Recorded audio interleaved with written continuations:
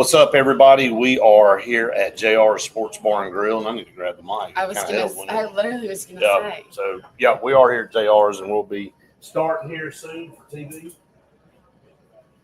I knew there was something missing. I was like, what's going on? I just looked and I was like, do you want to have it? So, we're working on that. Definitely working on that. Wow, we're really all over the place. Not really. It's not bad. I mean, we're not even supposed to be on right now, so we're just coming live to let everybody know we're about to start here in just a second. So, Mike, Yeti. Now we're good. Okay, is that better? Yep, we're good now. Nobody's tuned us in yet anyway, so we're good. But we are at JR Sports Bar and Grill today, live on location, a little different. Normally, different. Well, we're normally on location on Fridays, so. I don't know what day it is. Yeah, so exactly. Obviously, I don't either because Andy and Jim were at the station for their normal day on Thursday, and so I screwed that whole thing up. So I add that to my list of things that have come down the pipe. So again, my apologies to Jim and Andy. So you get Brett and Faith here at JR's today, but we're glad to be at JR's here on location, and always been a long-time partner of ours on the programming, and appreciate them very, very much for what they do for our programming. And it's always good to have Auburn Blitz here. We broadcasted Sports Call Auburn from here for a long time. So we're glad to be here at JR's every time we are. And high school football season's around the corner. We do our late March Sports Roundup show from JR's, and they've been a long-time sponsor of Sports Blitz. So they've been ingrained in everything we do. And then you've been introduced the last couple of months to the food here. So oh my gosh, you know how good their food is. So glad to be here. And again, we'll start here in a few minutes for TV. John, you are always right on time, buddy. So you are there sometimes before we are. So we appreciate it so very much. But some things we'll lead off with here in just a little bit. Obviously, Coach Thompson getting a raise and an extension on his contract. We'll talk about that. We talked about on the podcast this morning that nobody really knows what the heck's going on with the NIL. Shocker there, right? A lot of people kind of came out and lashed out a couple of days ago against John Cohen, saying they knew this was coming. They knew this was, Auburn had made a mistake. I don't really know that this is saying John Cohen was right or wrong. I think it's just saying that the collectives are back in play. You can read into that whatever you want to read into it, but bottom line is I think we all know how it's eventually going to end. And pretty much you're going to be able to go out and spend the money you want to spend on the players you want. Yeah, I don't think it makes any difference having that cap, really. I don't either. So, we'll talk about that a little bit more at some point throughout the show. Yep, get your comments in, and again, we'll be rolling for TV here in about 2 minutes, so we appreciate it. But JR Sports Bar and Grill, if you have not been to JR's in Alexander City, you're missing out. That's all I can tell you. But been watching our programming for 20-plus years here. You know how much we love their food. Anything that is on the menu, really, you can't go wrong with. So come check them out here. Reminder, we'll be on the road again tomorrow at Bunkers in Auburn. We've been looking forward to that for a while. Haven't been at Bunkers in a while, so looking forward to being over in Auburn tomorrow at Bunkers. I'm looking forward to Bunkers. We know how much I love Bunkers. And no doubt. So if you haven't been to Bunkers, you need to head on out. So all right, so we're getting close to getting started for TV and getting revved up here again. If you haven't subscribed to our channel, please do that on YouTube. Go out there and hit the subscribe button, and we would appreciate it so very much if you would do that. Get the 30-second mark here from Kane hopefully soon. Yep. So here we go. 30 seconds.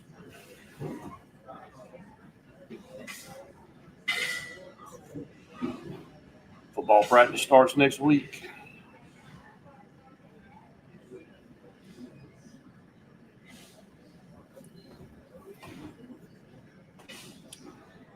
About 10 seconds, everybody, and we'll be ready to roll.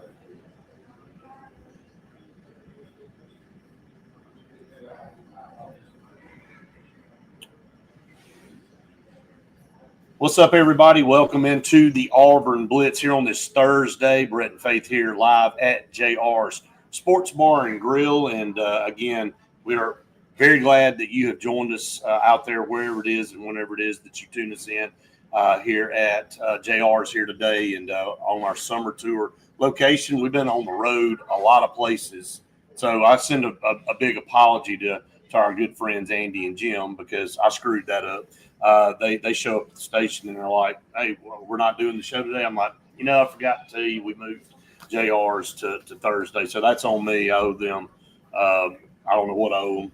I owe them something to make it up. But anyway, apologies there. But glad to be here at JR's in Alex City. If you've never been here, you're missing out. Great food, great fellowship, lots of great stuff going on. The official home for your tailgating needs here. High school football about to start up. College football, definitely practice starts for Auburn next week, Faith. Can you believe that? I know, it's crazy. Been waiting and talking it up for how long now, and it's finally about to be here. Yeah, it's feels like we just blinked and the season's back. And, of course, for some people, specifically Auburn, it probably felt like 2 years because nobody needs to get on the field faster than Auburn, but we'll talk about that a little bit more. But yeah, they need practice to get started. Absolutely. I mean, it's just closer and closer to that first game start, and it's actually when they start fall camp, it'll be exactly a month away. So yeah, and be exactly a month away from the game against Baylor out in Waco, Texas. So yeah, Mike, I probably owe them like 10 steak dinners or whatever. But yeah. And you can come to JR's and get a good steak, by the way, if you want a really good steak, if you have never had the one here. Faith, let's first things first. Butch Thompson gets a raise, much deserved, and a contract extension. Really proud that Auburn shows that commitment to him, and he's shown the commitment to Auburn over the last several years. You and I have talked about that numerous times, but glad to see that Butch Thompson gets that contract extension through 2031. I know, it's crazy. It's like we were talking about it last night, or I guess this morning on the podcast. 2031 is 6 years away. That's a long time away. It is a long time away, but then you blink and it'll probably be here like tomorrow. It'll feel like it anyway. But one of the best coaches in our league. Well deserving of it, absolutely. Yeah, no question. And when you look at what he's done and the accolades that he's been able to stack up, and then all the things that Auburn's done to show the dedication to him. Again, the renovation and the expansion of Plainsman Park, very, very, I guess, across the table handshake for each other, showing the appreciation on both sides. So really, really think that was the right move. And locking him down through 2031 with incentives that can carry on over to 2033. But the staff gets a raise too, Faith. I mean, much deserving. Obviously, he has been on our show several times. He doesn't do it by himself. You got to have a really good staff, and he's had really good coaches part of his program since he's been at Auburn. So good to see that with Coach Thompson. Glad to know that he's going to be around for a while. So yeah, absolutely. And again, the way that he's been able to carry this team and just kind of transform some of these players throughout the past couple of years. I mean, you see the success in the way that he's built this program. Yeah, no doubt about it. But vaults him into the top half of the SEC as far as paid coaches. And again, he deserves that. I mean, the accolades go along with that. And so, yeah, congratulations, Coach Thompson. Glad that Auburn did the right thing there and locked him down. Hey, our program brought to you by Russell Do It Center and Building Supply Stores, J.A. Smith Construction and Excavation, and Sensigreen for air that's cool and clean. Call them Sensigreen. I know Faith was like, why have we done that yet? Because it's like her favorite part of the show, and so kind of throwing you for a loop out there today, getting a little bit of a late start to recognize our partners there, but couldn't do it without them. Can't do it without all of the people that are committed and invested with us here on the Auburn Blitz and all of our programming. So again, we are live on location at JR Sports Bar and Grill today. Great food, great atmosphere, a lot on the plate, no pun intended, to talk about with football season on the horizon, and then Auburn catching a little bit of momentum recruiting here lately. Needed that. It kind of gone to the doldrums for the last month or so, and all the talk with the NIL. There's still a lot of that talk. Really, yesterday, and if you saw the podcast day before, we talked about the collectives coming back into play now with the negotiation with the attorneys and the new sports commission. Really kind of brings to light why Greg Sankey didn't really say anything at media days. Now, to me, it does. I don't know that he even knew what to say, or maybe he knew that was going on in the back room in the discussion, but that's why everybody was expecting him to come out and either support Auburn or support the way everybody else was doing it. But we got no definitive answer either way. Yeah, it just kind of tells a lot about how, I don't want to say how poorly things have been run, but just how everything has been run in a very, I feel, quick manner, that things are getting turned over and then there's nothing to back it up. And so, maybe he knew something and just kind of left it alone before everything kind of was determined. But yeah, I think, does this help with anything? No, I think what it does, and I know we'll carry this over in probably the next segment too, but I think I saw a lot of people lashing out at John Cohen on Twitter, and Auburn fans saying, well, we all saw this coming. It was a dumb decision for all to take the stance that they took. I don't know that this says that he was right or wrong yet. I think, this is a step saying that the collectives have been a part of all these universities for a while now. And then when all of this came down, a lot of schools did away. Well, I won't say a lot, but some schools did away with their collective because they had been rendered, I guess, useless. They weren't considered a legit business by NIL Go, but now through back channels and negotiations, they have now determined that they are legitimate businesses. So now they can continue to, push money toward the athletes. Donors can give to the collective, and they can determine how that goes. And so, there are certain thresholds of what has to go through NIL Go. I think it's anything less than $600 doesn't have to be reported. Man, where did they come up with that number, first of all? It's just some random number. It's almost like the NIL committee determining how much an athlete's worth. When you submit things and you have to submit these proposals to the clearinghouse, and we've already been told that some have been declined by the clearinghouse. Well, how are they determining what worth Faith Richardson is, or what worth Brett Pritchard is, or what worth Cam Coleman is? I mean, who's in the room determining what your worth is?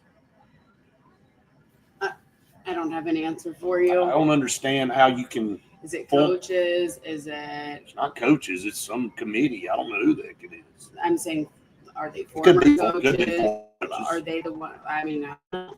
Business people. Has anybody heard that? I haven't read it or seen it anywhere. So I don't know who is actually determining the value on all of these athletes. Like, okay, look at Ryan Williams. I know he's an Alabama athlete, but he just signed with Nike. That's a legit business, right? And they go and they're going to get a value out of him, whatever that value is. They have to come up with that deal. They have to determine what that deal is that gives them value there. So how could NIL go? And I'm not saying they did it. Obviously they didn't. But how could they go in there and say, well, no, he's only worth this much. You can't give him this much. It's just kind of wild to me on how we're doing these valuations. Was it the same thing that we do when we go and sit down at a business meeting and we're going to say, all right, this is what we're going to do for you at this rate?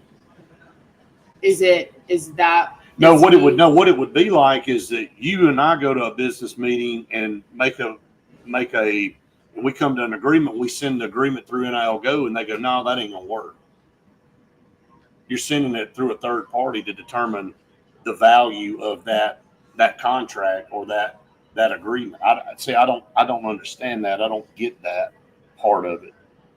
You know what I mean? Yeah, but are they saying that he's only going to be doing X amount of, I don't know, advertising, I guess, for them? I guess. Or maybe. That's the only place where I'm thinking of. Because, right. I mean, if you look at his social media and the amount of followers he has and the amount of people that go and look at him, you can't, that part is like, you can't judge based on that. But right. it could just be, okay, well, he's not going to be able to do this, and this. He doesn't have the time. You know what I think would be neat to see? You know what I mean? Yeah, you know what I think would be neat to see with all these teams is the roster and what the NIL valuation is on every one of them, top to bottom. Like from your highest paid player, who would you think Auburn's highest paid player would be right now? I don't know it, but who would you put in that category? Probably Keldrick. I would think Keldrick Fall. Mm-hmm. I would think Eric Singleton probably is up there. Cam Coleman is up there. Yeah.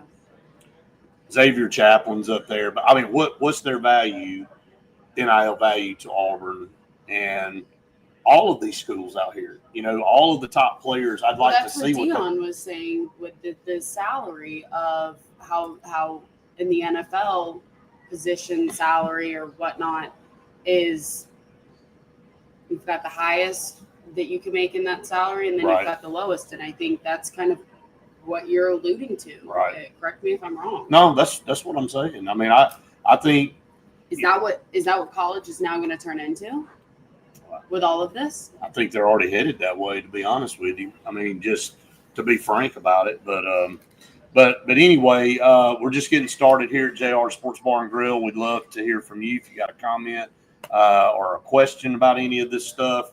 That was kind of the theme of our podcast this morning. I don't think anybody really knows what the heck still is going on with all this NIL stuff. And we're no closer to having it all figured out today than we were 4 or 5 months ago. And I don't know 5 months from now if we'll be even further closer to figuring out what's going on. So we're going to go ahead and take our first break here for TV. Everybody stay tuned. A lot more to come here on the Auburn Blitz right after this.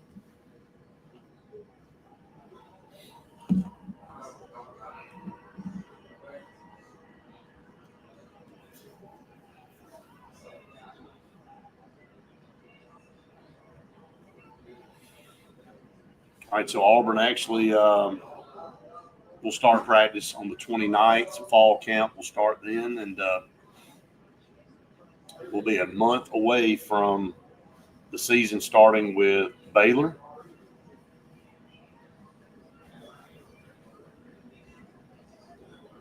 So what's the percentage of Auburn winning the SEC? Now, we know the media at Auburn predicted to finish 11th. So what's the percentage that the ESPN FPI have Auburn winning? Is there even a percentage? We'll show 100%. you. Go put some money on that. Yep.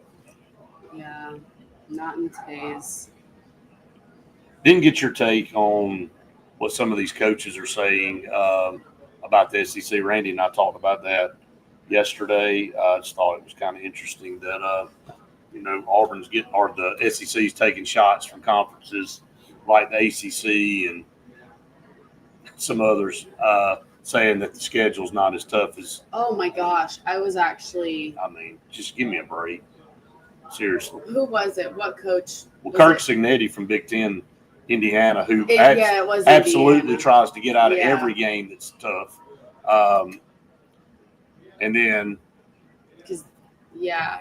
And then you got because they don't have Virginia. Yeah, they just got out of the game in Virginia. Yeah. But they had one legit team on the schedule last year, and they got the hell beat out of them. And then they went to the playoffs because of their weak schedule. Exactly why Lane Kiffin and some of these coaches were like, a 9-3 team in this conference is better than an 11-1 team in that conference based on who you play and how you got there. And it's the truth. It is. I mean, if Indiana and Ole Miss had lined up against each other as much as it pains me to say this, and I know it probably pains you to say it. I'm taking Ole Miss. But it's the truth. Yeah, it That's is the truth. thing. It is the truth. So I don't think anybody's really listening to Kirk Cignetti. I think if you wanted to legitimize your team and silence all the naysayers, you would have gone out and added a couple tougher games on your schedule and said, look, when we go 11-1 this year, I don't want to hear anybody saying, oh, we didn't play anybody. If anything, he went the opposite direction. He took away one of the tougher non-conference games off his schedule to try to ease the schedule even more. So you're like backdooring into the playoffs, which is, I mean, again, I don't think anybody's listening to Kirk Cignetti on scheduling advice. No. Nobody in the SEC is, that's for sure. So we are at JR Sports Bar and Grill today. Appreciate all of you that tuned us in and come hang out with us at JR's. If you can't make it for lunch, make JR's part of your dinner plans. The food's outstanding. If you live in Alexander City, they'll deliver it to you. So all you have to do is call them if you're already home from work and tonight and you don't want to get back out. All you got to do is give them a call and they'll deliver it right there to your front door. Hey, that's hard to beat that. Yeah, that's awesome. I'm watching some of this little league softball, and they're getting pretty intense over here. Yeah, they are getting it. They're getting after it over here for sure. Hey, everybody loves the Little League World Series. Yeah, she's getting after it. That's Maine, I think. Mm-hmm. Everybody, it's crazy this time of year when the Little League World Series rolls around. It's always grabs everybody's attention. You may not even be a baseball or softball fan, but these kids just perform at such a high level. Mm-hmm. Just kind of get enamored with it. All right, so we're about 20 seconds away here, and we'll be back for TV. It's hard to believe we only have 1 week left in the month of August. I mean, in the month of July, and it'll be August.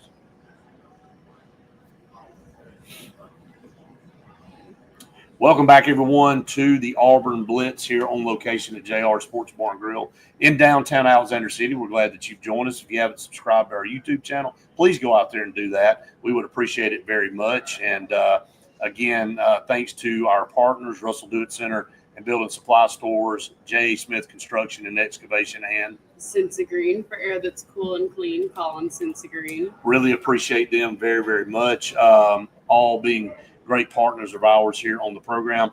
Ed said, you'll never convince me that Alabama or any blue blood would let NIL go tell them what to go after, to go offer a 5-star. That player is worth what a school will pay them. The NIL deals are not going down in value, period. No, there's no question about it. It's like you and I talked about several weeks ago.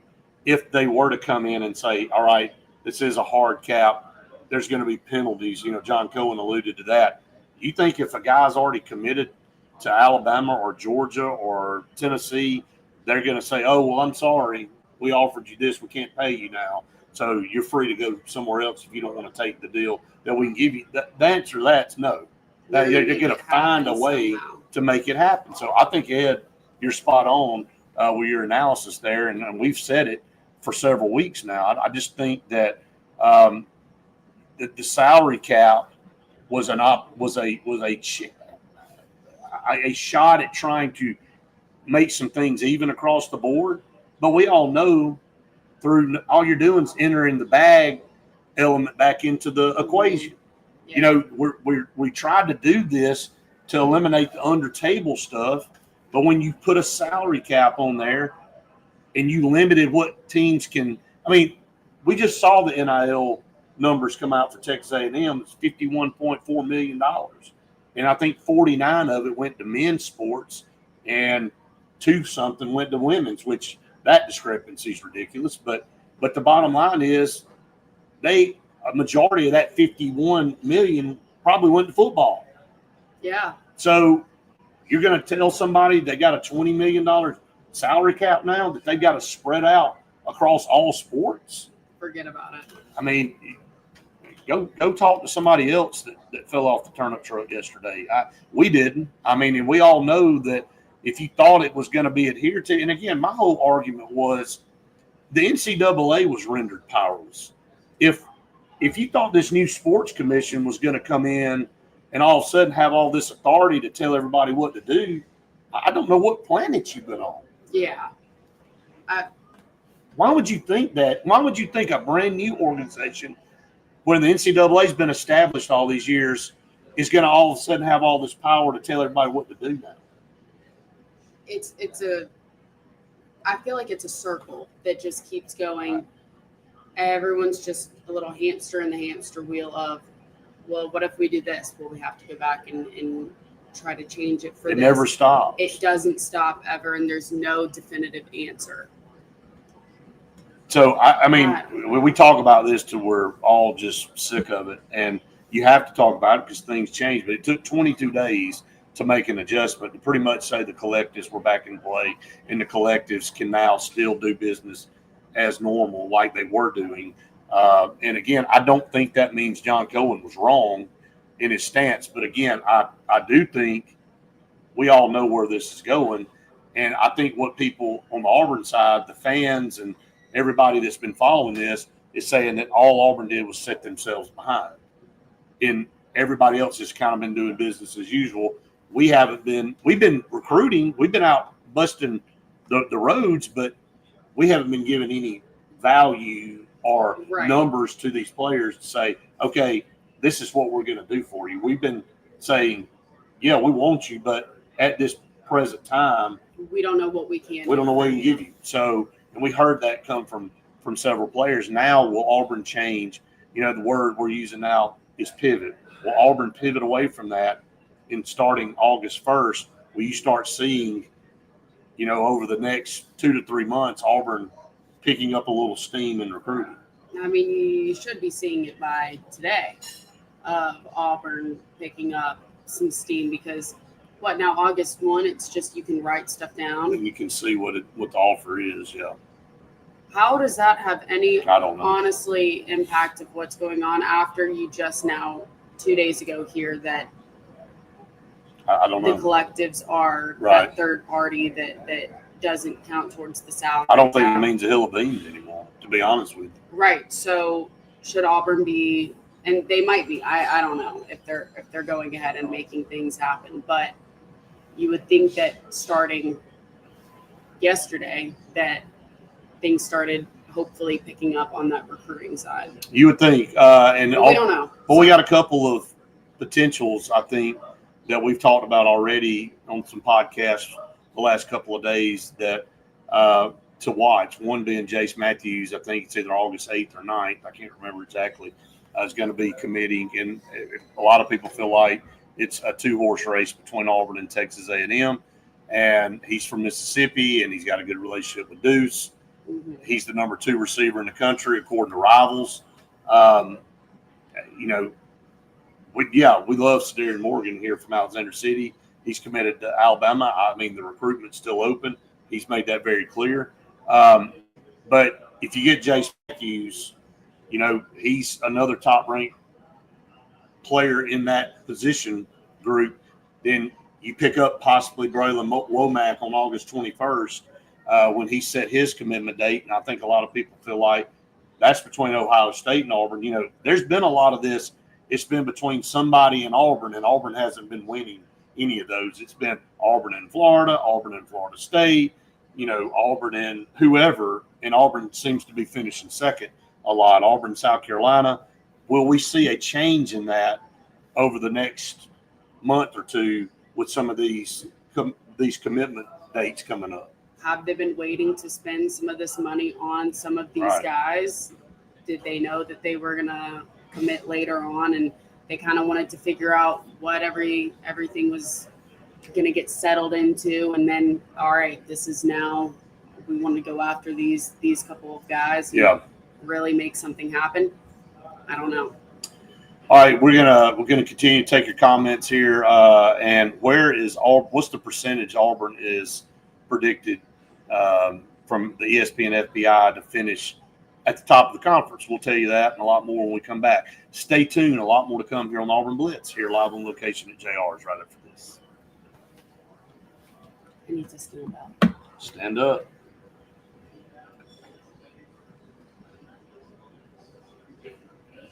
Yeah, I know the breaking news, like Hulk Hogan passing away today, a legend for my generation for sure. So now Ozzy Osbourne, Hulk Hogan, and then Theo, Malcolm Jamal Warner from The Cosby Show, as a lot of people remember. Man, that's three icons of the 80s and the 90s for sure. Ed said it means Cohen was wrong thinking whatever the collective gives the player goes toward the value of what football team can spend on. Look, we all questioned that from the get-go. We all questioned that from the get-go. He said staunchly that any outside deal went toward the salary cap. Which makes sense because there was no right way to interpret what was being said. Yeah, because if you're going to have a salary cap and you're saying, does that mean everything goes towards that cap? Right. That's what a salary is it not? Right. That's what it should. It should work that way if you want the salary cap to have some teeth. Because all this does is allow you to say, okay, the university can spend up to $20.5 million, and then everybody else can just go out there and add all these other funds to it, and we can go get it. I mean, it would make sense. It a salary cap if people get, you know what it doesn't make it a salary. That's what everybody's argument was. Well, what's the point of even having the dang thing? That's what I'm saying. That's right. Right. You're right. So maybe John Cohen was looking at it the right way. He's looking at it like, well, if you're going to tell me I got a business standpoint. Yeah, if you're telling me we got limitations, I mean, football at this point is a business. Right. So.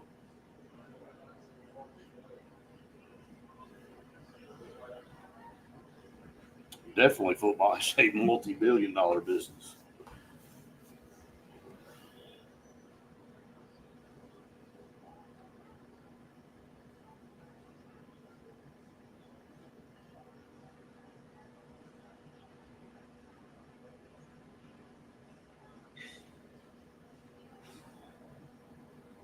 Do you think these are the names of the frogs? Budweiser. There's no doubt. You don't even remember that campaign. It's so old. That was a funny commercial, by the way. Was it on the Super Bowl? Oh yeah. Did it win? I think it did. I think that those advertising campaigns back in the day were awesome. The Super Bowl commercials this year sucked. To me, they've been going downhill for the last several years. Budweiser always has good ones. The one with the dogs. Oh yeah, very good. Always touch my heart. Very good. I think I've cried at one. I'm not surprised. If that has anything to do with the dog, I'm gonna cry. So I'm not sure that like his. I mean, it's easy to throw darts, and when you know that everybody else is continuing to do things the way they've been doing them, and you pull off the gas and you go, okay, we're not going to do it. We're going to pump the brakes because, all he kept saying were the penalties were really stiff. I don't know what kind of penalties. We never heard what they were or what they are. Do they even exist? Who's going to enforce them? The sports commission that just backpedaled on the collective that they were saying originally it wasn't going to be part of it. And now it took them 22 days and a bunch of lawyers to get in the room to tell them, no, that's not going to happen. So everything the legal system is really dictating all these decisions. That's why Sorry, I just got the why the NCAA has been rendered powerless because every time the NCAA tried to enforce something, they just got sued and they lost. So I think they've taken the stance on, well, I'm not doing this anymore. Y'all just go out and do whatever the heck you want to do. So I'm tired of talking about it, to be honest with you. I'm sick of it. I know you are. And everybody is tired of hearing about it. But you would think something this broad, people would be able to get in a room and come to an agreement on how they want to operate and how they want to how they want to set the standards Have for you everybody. looked at our government? That is terrible. Welcome back, everyone, to the Auburn Blitz live on location at JR Sports Bar and Grill here in downtown Alexander City. We're halfway through our program, which means it's time for Pepper Tree Steaks and Wine. If you haven't been to Pepper Tree Steaks and Wine in Auburn or in Montgomery, shame on you. Great food, great selection of wine. You know, we don't talk about it enough, but the casseroles and the things they have in the freezer, like all these specials every week that they have every day, you can go in there and purchase your dinner and take it home with you. Oh It's yeah, already pre-cooked. yeah. They do pre-cooked, and then they also do it not cooked, so that you can go home and do it yourself, whatever it is. I love their casseroles. They've got some of the best casseroles that have lasted me, throughout the week. Actually, not the whole week, but just a few days, because they're so good.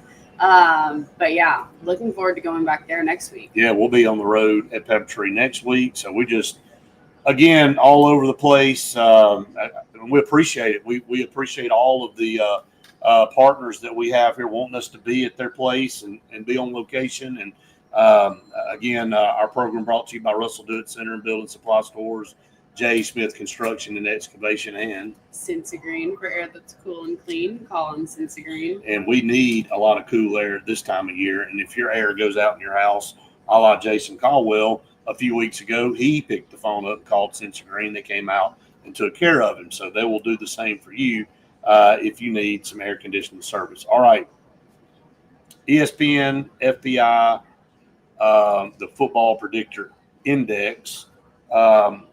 For the 2025 SEC standings. Does Auburn even register? Is there a chance Auburn could win the SEC?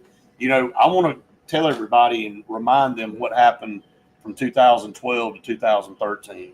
If any team on this list can do it, it's Auburn. They can go from literally one of the worst teams in the country one year to winning the SEC and almost winning a national championship the next year. Like the enormity and how hard, when you reflect on that, to do that is in college football today, to be as bad as that team was in 12, getting their doors blown off, winning 3 games, and just looking like a complete disaster, to 1 year later almost winning a national title may have been one of the biggest coups in sports that I've ever seen.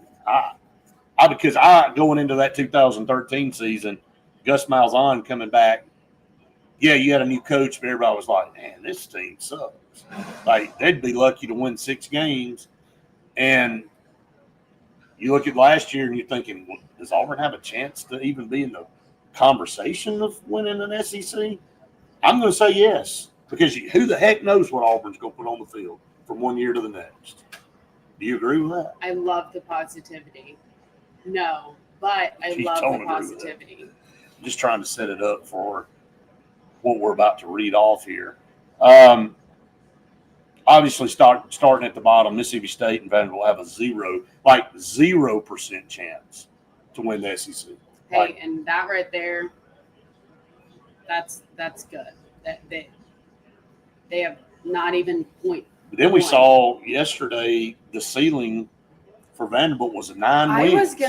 So I'm so glad that you said that, because I want to talk about that as we move up this list. You can do the cross comparison as we move up the list. So you got Vanderbilt with 0% chance to win the SEC, but best case scenario, 9-3, which wouldn't win the SEC, but would put them right on the cusp of a playoff berth. Right. Because if they're going 9-3, they're having to beat some really tough teams, a la Auburn, Alabama, whoever else is on their schedule to get to 9 wins. So, yeah, they would definitely be right there on the cusp being in that discussion. But on the flip side, the FBF. So my reading this for all you gamblers out there would be to go put money on the back end of Vanderbilt's schedule. What's their seller? 4-8. So I would side more with that, according to what I'm reading with the ESPN FPI. Really do it with Mississippi State, because their best case scenario is 5-7, and their worst case is 2-2. Yeah, no doubt. So- So not even that many can't even really go wrong there. I mean, it's pretty much the same thing. All right, Kentucky and Arkansas and Missouri, not much better. They give Kentucky a 0.1% chance to win the SEC, which I don't even think they get a 1.1, to be honest. They're terrible. I would give Generous. I think I'd give Vanderbilt a better shot. I would Then I too. would Kentucky. I would too. All right, so Arkansas at 0.5 and Missouri at 0.6. Okay. And Missouri. Their best and worst case scenario, best case is 10-2.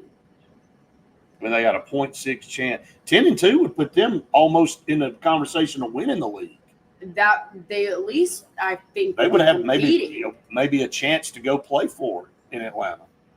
But on the FPI, it's 0.6, which would lend you to think, what's their seller? 5-7. 5 and 7. Lead them closer to That. side of it. Okay. All right, so we're going to take a break here. When we come back, we'll run down the rest of the teams in the SEC and their percentage on winning the conference this year. What is Auburn's? We'll let you know when we come back. Stay tuned. More to come here on the Auburn Blitz right after this. Yeah, I'm shocked. It's kind of all over the map. It's really kind of odd. Yeah, are you kidding? Because then this one Right. with another, like,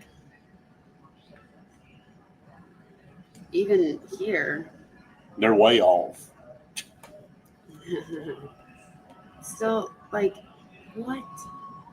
Yeah, I don't know. Now you're spot on with that, aren't you? Yeah. We'll name you Gator Hater.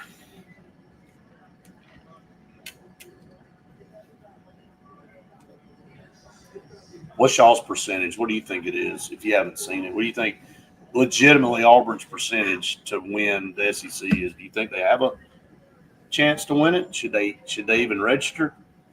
Or is it a 0% chance? I think there's a chance if things were going right.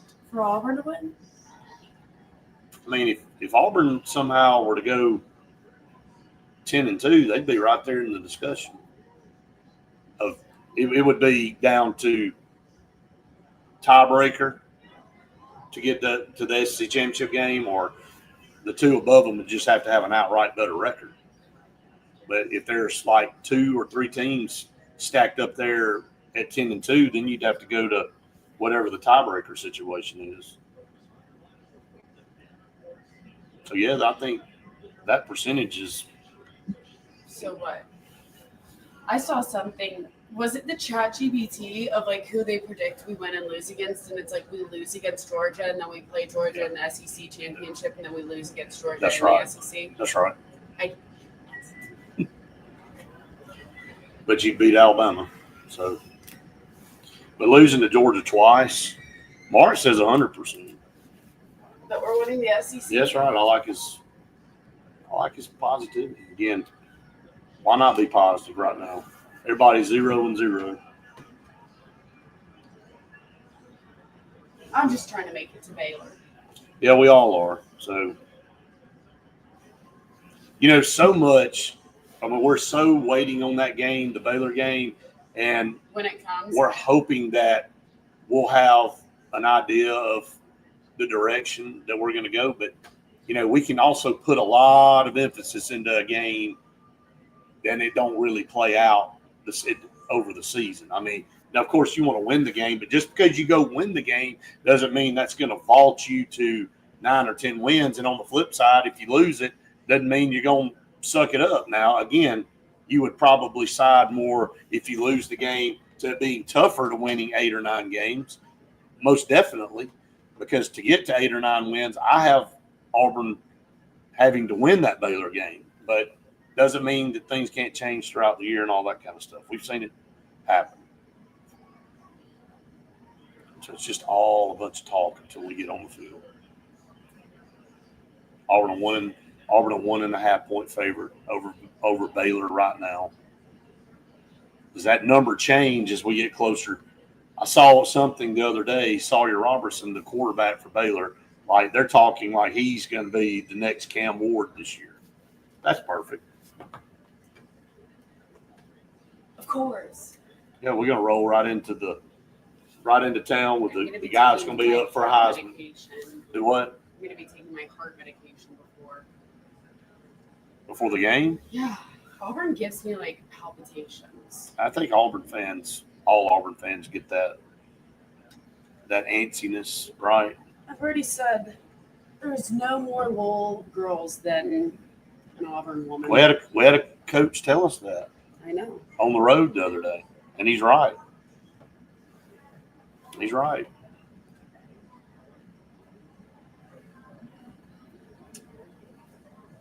Yeah, Florida's got a brutal schedule, so I think that's why they're where they are. So cold. The air's working in JR's 100%. So, all right, so we got 30 seconds here, and we'll be back for TV.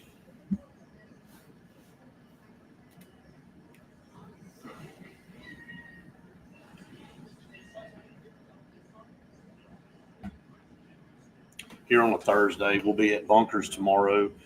The old Auburn Blitz Roadshow continuing on.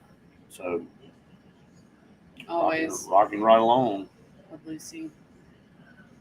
She'll be there tomorrow, by the way. She likes Bunkers. She does. Welcome back, everyone, to the Auburn Blitz. Couple segments left on the show today.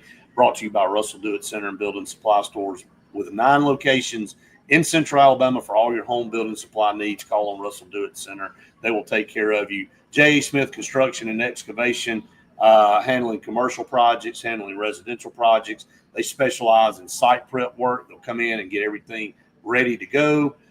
So call on J.A. Smith Construction if you have any of that kind of projects going on. And Cincy Green for air that's cool and clean. Call them Cincy Green. They are the carrier experts in the state of Alabama and proud supporter of Auburn Athletics and Auburn Blitz.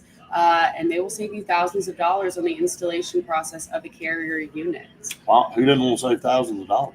I know. I Always know. what we've been talking about all morning in a business meeting is how expensive things are. So anytime you can save $1,000, you need to save $1,000, and so they'll help you do that. Great partners again, JR Sports Bar and Grill here in downtown Alexander City. Great food, great atmosphere, TVs everywhere. Bring your friends, your buddies in during football season, and I have no idea why that failed, but come in to be part of JR's atmosphere. You can bring your family, whatever it is that you want to do. They would love to see you. They do such a great job of supporting our communities and the local high schools and all, and so we want to give back to them especially. All right, so keeping on with the ESPN FPI predictor, we left off with Missouri at 0.6. Florida, a 1% chance to win the league. And like you said, that's what I've been saying. Even though when we were going over the best and worst case scenarios this morning, they've got their best case scenario at 10-2 and their worst case scenario at 6-6, and it looks like that's closer to that 6-6 mark. No doubt about it. So DJ Lagway, a very good quarterback, but a very tough schedule. We'll see. All right. Oklahoma comes in at 10 with a 1.2% chance to win the league. And then right above them is South Carolina at 1.8. It's very odd with South Carolina because there's a lot of high expectations around this South Carolina team with Lenore Sellers being the quarterback. Right. Their highest is a 10-2 record, and their worst case scenario is 5-7. And I guess I don't know. It seems like the talk of the town has been, like you said, Like a 1.8% chance. Right. You would think that they'd be in that conversation at least higher. Trying to than help us. all of you make some money out here, folks. If you like to throw a little money around on the gambling side, the ESPN thing's not agreeing with the other prognosticators of the ceiling of South Carolina at 1.8. Guess who also has a 1.8% chance of winning the league? The Auburn Tigers. Whose best case scenario is 9-3. So, which is, I don't know. 9-3 can get you in the playoffs, I think, if it's the right 9-3. Ole Miss didn't have the right 9-3 last year, and I think they lost at the wrong time, losing to Florida when they lost to Florida, and that Florida team not being very good. And then the committee went back and looked at how terrible Kentucky was, and they went, no, they're not. But then they looked at Indiana and saw the schedule that was weak as water, and they let them get in at 11-1. Right. So I don't know. I think that, again, why would anything be certain in college football? It's all left up to chance. You don't know what. Somebody's going to get screwed. You can just bank on it. All right, the Ole Miss Rebels, 2.8% chance coming in at number 7. Hey, can they win? Can they win the league? No. Can Ole Miss win the league? No. No, they cannot win the league. So 2.8% is even too high for them. All right, LSU, 3.5% chance. That's a little shocking to me, to be honest. You think they would be a little higher? I would. I would. What's their too. ceiling? 11-1. 11-1. Definitely think they'd be higher than 3.5%. Could Brian Kelly get? I mean, they got Garrett Nussmeier. Everybody's high on Garrett Nussmeier. Everybody thinks he's got a chance to be the number 1 pick in the draft coming up. Now, we'll see. All that'll kind of play its way out when the season gets going. But, I mean, 3.5% is not leaning toward 11-1. Yeah. So, I don't know. Seems a little low. all right. One more before we go to our next break. The Tennessee Vols at 4.2%. They were a playoff team last year. They don't have Nico Imialiava back this year. They did do a trade, literally with UCLA, and they have Aguilar. A lot of people feel like he may even be better. So we'll kind of watch and see. But can Tennessee repeat as a playoff team this year? And what's their ceiling? What are they at? 10-2. Okay, I mean, they would be in the conversation of winning the SEC. I would still have LSU. I'd flip-flop those two. I would too. I would give LSU a better chance than Tennessee. But still, I think Josh Heupel's done a really good job of kind of turning Tennessee's program around. Maybe that's a little low. I don't know. I mean, they've proven they can beat Alabama. They've really competed with Georgia. So we'll see how that kind of plays out. It'll all be dependent, I think, on their quarterback. And that's the same with most of these teams out here. A lot of them fall into that same boat. All right, we're going to go ahead and take our final break here on the show for TV from JR Sports Bar and Grill. When we come back, we'll run down the top 4 teams and what their percentages are when we come back. Stay tuned. A lot more to come right after this.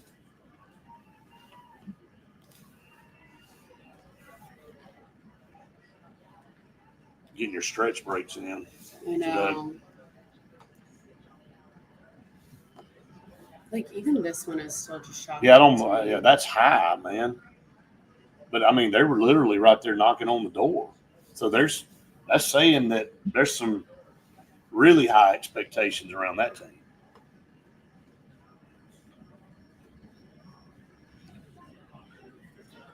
They don't ever come through, though. They never come through. You know, when you looked at Texas A&M and Missouri coming into the conference at the same time, who would you have predicted to make it to the SEC championship game first? I would have picked Texas A&M. Missouri's been twice. A&M ain't even been yet.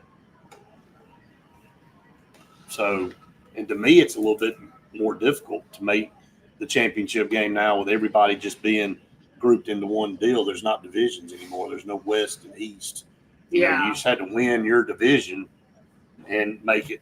Now it's best record, and the schedule's different all the time. And to me, it's a little bit more difficult. That's just my opinion. It's hard to argue. I mean, it's not like it's going to be some surprise who the top 3 teams are. I do think the 4 teams a little bit high. I would probably even swap them and LSU.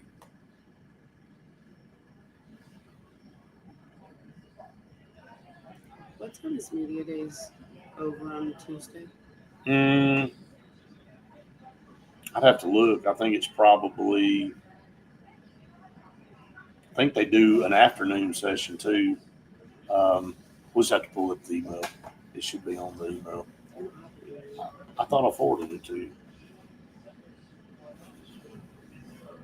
Let's see.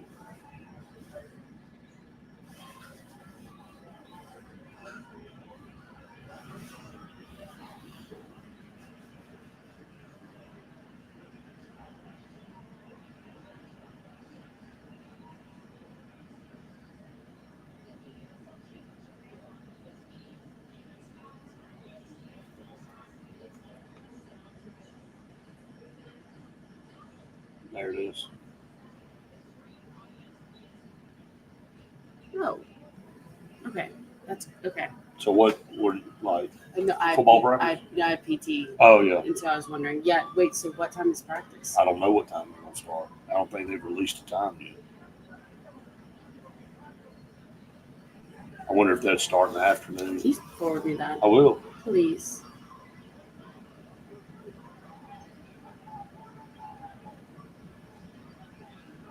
Thank you. Call. I mean,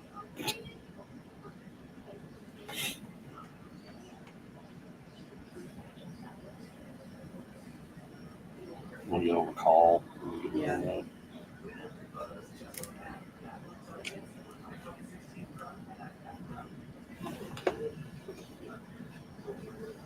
Dang, you're the jam-packed week next week. That name's Shocker. This thing right here just spinning. Literally, look at this. Media days, that, and then scroll. Oh yeah, we're gonna be down there. Good grief. Wait, do I have to go to that? No, I do.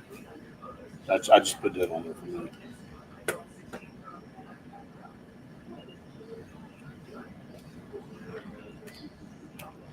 What day is it, by the way? The 4th. Yeah.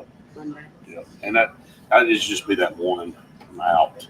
So probably just do the podcast the night before. Oh, got it. Okay. Oh. I think it just went through. You have to let me know. Let me get it.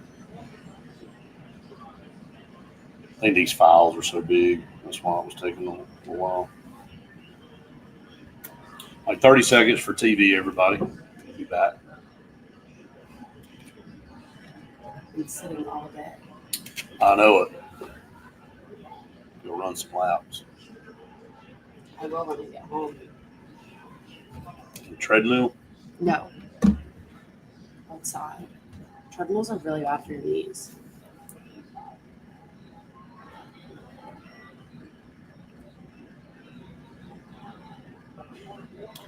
Welcome back, everyone, to the Auburn Blitz final segment here for TV. We'll stay up a little bit longer for online for everybody, but glad to be at JR Sports Bar and Grill, downtown Alexander City.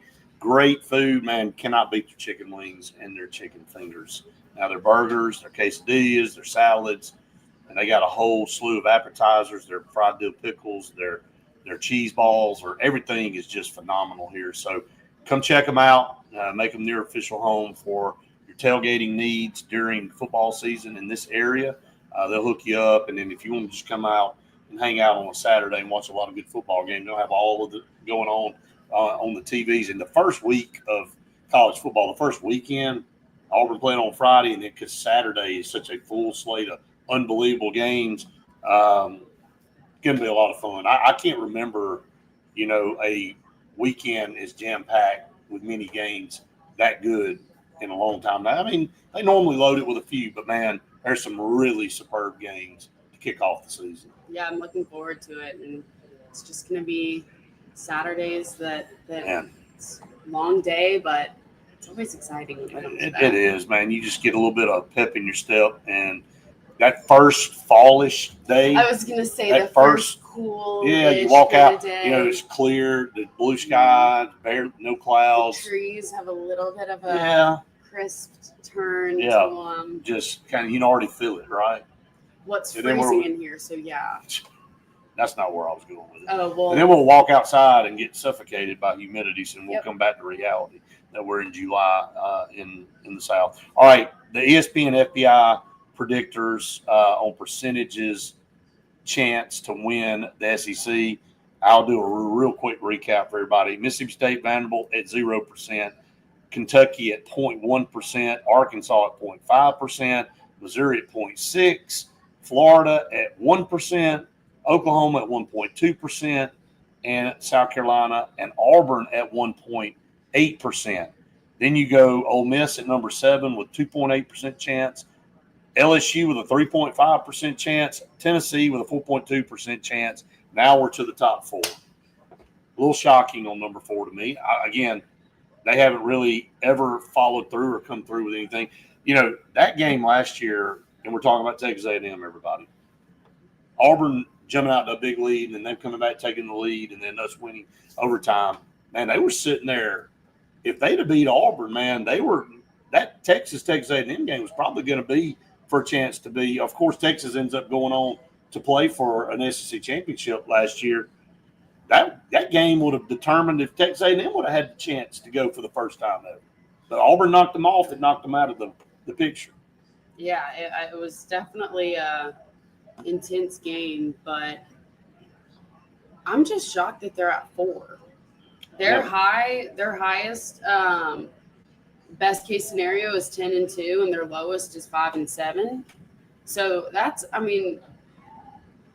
looking at a win over Auburn for sure. Oh yeah, no doubt. And I think them being at 4th is having them really close to that 10-2. You know, a lot of people are saying, even on best case scenario for Auburn, they've got Auburn dropping that A&M game.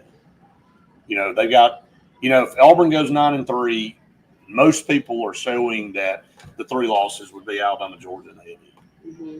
So that means, putting them right there at 9-3 probably doesn't get them in the playoffs at that point, but gets them a really, really good bowl game. And look, to be honest, none of us want to lose any games. None of us are wanting to lose to Alabama and Georgia again. But if Auburn goes 9-3 after 4 losing seasons, I don't think anybody's complaining. No, I don't think anyone's complaining. But it still sucks to continue to lose to your 2 biggest rivals and trying to turn the corner there. Auburn gets both of them at home this year.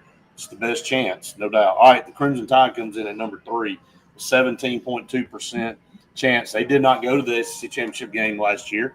This, according to the FPI, has them not going again. So, what a jump though, from 4.3% to 17.2%. Yeah, that's the first significant. Really, there hasn't been. From 16 to 4, there's only 4% difference, really. But then you go from 4.3 to 17.2 with Alabama, and then Georgia comes in at number 2 with a 26.9% chance. And I think, again, a lot of unknowns with Gunnar Stockton. Yeah. Is really kind of maybe why they're not. And, boy, the weight of the world on Arch Manning. They've got Texas at 34.1%. And the favorite to win the SEC. A lot of pressure on that guy, man. Now, he may be up to it, but they're expecting him to come out guns a-blazing. Yeah, I think especially these top 3 teams with unproven quarterbacks. All the way down. The first returning quarterback is A&M, then Tennessee. It's got a new one. Nussmeier is returning. Ole Miss will have a new one. Auburn will have a new one. Lenore Sellers returns. Oklahoma has a new one. I guess Florida can kind of say they have a returner, but Lagway hasn't played a full season. Missouri will have a new one. Arkansas will have a returner. Kentucky has a new quarterback. Vanderbilt has a returner, and Diego Pavia. And Mississippi State has a new quarterback. So, 4 teams in the league with a veteran, I guess you would say? 5 if you count DJ Lagway, but 4 really teams. Everybody else has a new guy starting quarterback, including the top 3 guys, top 3 teams. The top 3, it's just you would. I don't know. Marcel Reed at Texas A&M, Lenore Sellers at South Carolina. Those are your top 2 returners. Oh, and Garrett Nussmeier. Those are your top 3 returners there in the league. All right, coming to the end here for TV. Again, we appreciate all of you out there watching and listening every single day here on the Auburn Blitz. Go out there and find us on YouTube. Subscribe to our channel. Hit the like button. It helps us out a tremendous amount. We'll be back with you tomorrow on location at Bunkers. So same time, same place, different location. We appreciate JR Sports Bar and Grill so much. Hope everybody has a great rest of your day. For Faith, I'm Brett saying we've enjoyed it. We hope you have. See you tomorrow. All right, everybody, we are still here at JR's. And again, want to thank JR Sports Bar and Grill for all that they do for us on our programming, and very appreciative of them for allowing us to come in and partner with us with our On the Road tour. Yeah. Was the word I'm trying to come up with. Our On the Road tour here through the summer and the fall. And so we'll continue that during football season. And it's going to feel like that's all we do is be on the road. No, it doesn't. Or in the air. It's not going to start that. It does already. Right.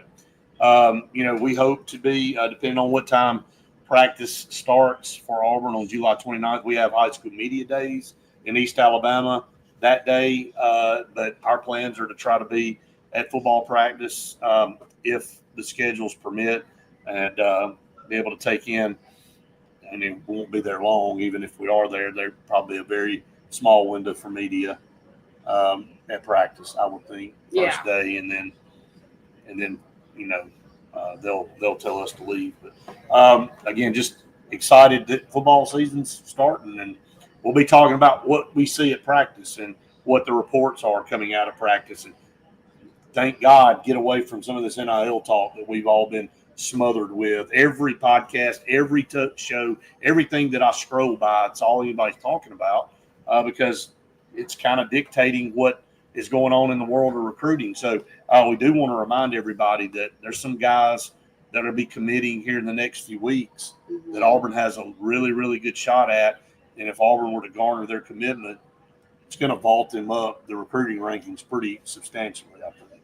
Yeah, even just by having two, but like we keep saying, Auburn doesn't need to have the biggest recruiting class this year. So, and they won't. I mean, they're going to sign 20, 21 guys. I think they're already at, what are we at, 14 or we somewhere maybe 11? No, I think we're up to 14. Are we at 14? I think we're up to 14. Check it and see real quick. So I mean, you're only looking at maybe 6 or 7 more guys, and you want those to be the highest quality guys, and then you can go in and add some guys in the portal when that opens up. So Auburn did a really good job of, going out and getting some quality guys in the portal. They're going to be contributing this year to this team. So I know a lot of people concerned with the recruiting and the way it's kind of been going, but really the priority is on winning this year and getting the program turned around. And I think with being a smaller class, you can go out and be a little bit more selective on what you want. No, we're still at 11. Still at 11. So, all right, so got maybe 9-ish spots left that you can add. Where are we currently ranked overall wise now? We in the 60s? Overall? I think we're 63 or something like that last time I checked. We're not dead last in the SEC now. We're next to dead last. I think we're 15th in the conference. So, well, I have to hit load more. I know, which is not good. I think you there. 70. Oh, okay. So we're 70. Went from 74 to 70. With the last commitment of Jaquez Wilkes. So, again, and which was a huge pickup for Auburn, being able to grab Jaquez Wilkes from Wadley. And Faith pushed out, again, another clip of that video. If you haven't watched that interview with Auburn's latest commitment, we'll be having Hezekiah Harris's interview with him next week. So it's next week. Tomorrow we've got Red Chapman, who is committed to North Carolina, but again, part of the top 10 prospect tour that we had this summer, being able to go and sit down. Now I think back, I know none of the guys ended up coming to Auburn, but I mean, EJ Kroll and Landon Duckworth and Red and the other kid, I slips my mind, that's going to North Carolina as well. I mean, 4 kids from a small rural school in South Alabama that we sat down, or you sat down with and interviewed. It's just wild. Yeah, it's crazy. Coach was awesome, though. Right. Super nice guy. I mean, they just really talked about how much they have played together for the longest time and how close that means that they've gotten throughout the whole time. And so, very interesting. Yeah, you would expect it at Thompson, probably at Hoover, some of these bigger schools. You go in and go, okay, yeah, they got 3, 4 guys in the top 10, 12 players in the state. But, Jackson's a 4A high school. In the middle of nowhere. Yeah, literally, I can honestly say, and it's not being demeaning, if I had no reason to drive in that direction. Nothing takes you really through Jackson, Alabama. You got to be having business in Jackson, Alabama to go there or going to the school specifically.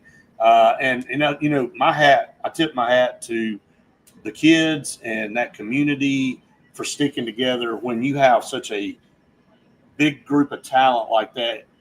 Being honest with everybody, getting suitors from all over the place to try to entice some of those guys to go to their school. They said, look, we've grown up together. We've lived in this community. We've already won a state title. We want to win another one here. Yeah. The bond. I applaud them for sticking with each other and staying in their hometown. Yeah, absolutely. So go out there and check that interview out. And again, like she said, Red Chapman interview will be coming out tomorrow.